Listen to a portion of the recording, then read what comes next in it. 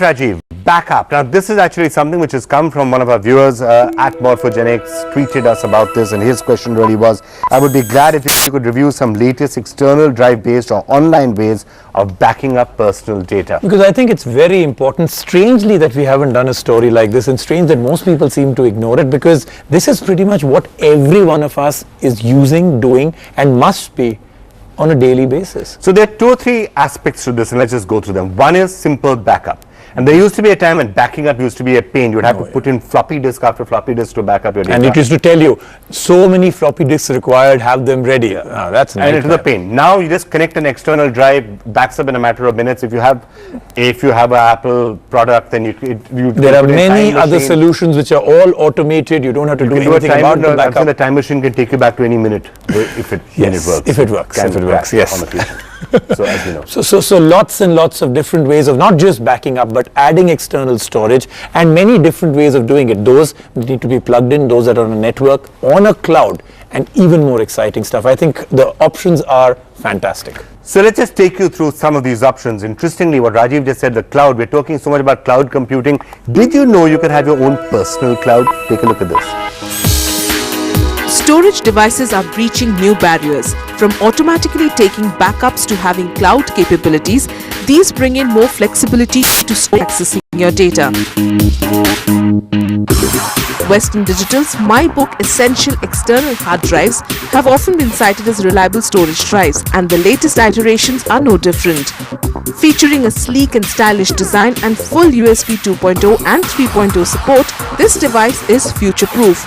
It comes with the software, the WD Smartware Visual Backup, which is a breeze to set up. All your data gets neatly categorized under various heads such as pictures, documents, and so on. If the hard disk is on and the automatic backup is enabled, then it will on its own take backups of all the data. But we did find the software a little buggy. It crashed on us a few times and auto-categorization isn't always correct. Still, it's a neat little feature to have.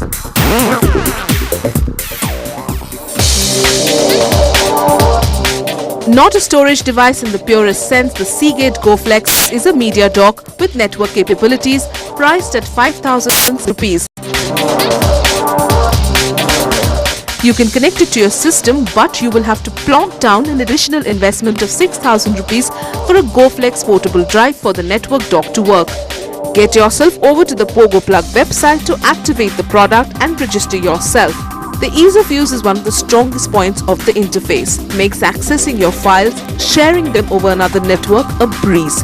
The best part, you can even access your data not just from a PC, but also from mobile devices running on iOS, Android or WebOS. From network docks, we move on to a network attached storage system or NAS. The IOmega Home Media Network Drive packs in a 1 TB capacity and helps you set up your own cloud server to share files.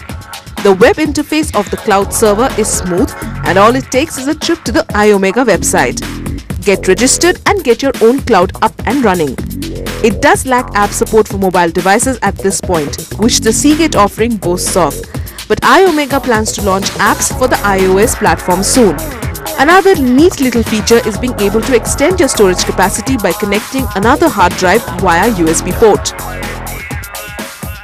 Okay, let's just stay with viewer queries now. This is in Ask Guru, and here's a question that Remy George has. Are flash players for phones different to the ones present on the browser? Are they needed for anything other than playing YouTube videos? And the answer is yes. And I don't know, in the iPad you certainly can't use flash. Yes, that's really the biggest controversy of them all, isn't it? But obviously, big difference between those mobile browsers that can do flash and a desktop or a laptop, and of course operating systems. But in a sense, they're all trying to play .swf files. So in whichever way they can really do it, that's what they do. But I have a broader question, which I wonder how long is flash going to survive, or at some point HTML5 and everything else is going to come in?